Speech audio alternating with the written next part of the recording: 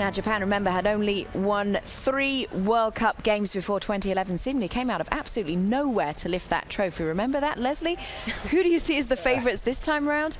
And who are the potential surprises? I love France. I think this could be their World Cup.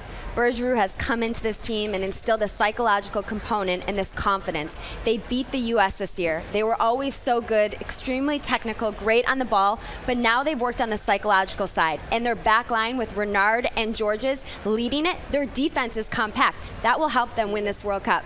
My sleeper is Switzerland. They brought in German coach and former player who's a champion, who's instilled this discipline and this confidence. They are now organized and they are fit. They've worked on their strength training and they're ready to go. Question is, can they last 90 minutes against some of the other good teams?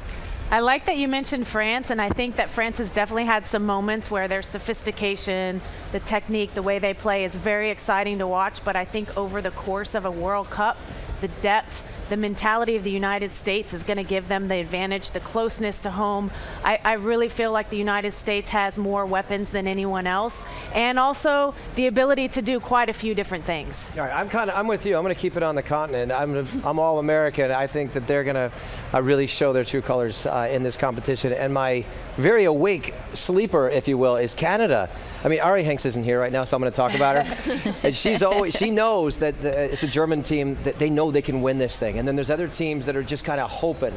But Canada has this opportunity to embrace the World Cup, and who knows how far they can take it. Look, we didn't win the World Cup in the men's side in '94, but it was in our country. We celebrated every second of it. It's the greatest memory I have as a footballer. So I'm hoping Canada can embrace that and take it as far as they can. And Canada's my favorite, obviously, you know, being Canadian, former Canadian national team player. You know, in 2003, you know, we went into that tournament with a lot of anxiety, nervousness. We came out, we got spanked by Germany. Ari can tell you 4-0 in the home game, first game opener. But then we decided, hey, you know what, this is just soccer. Sit back, relax, play the game that we've all known we can play for so long.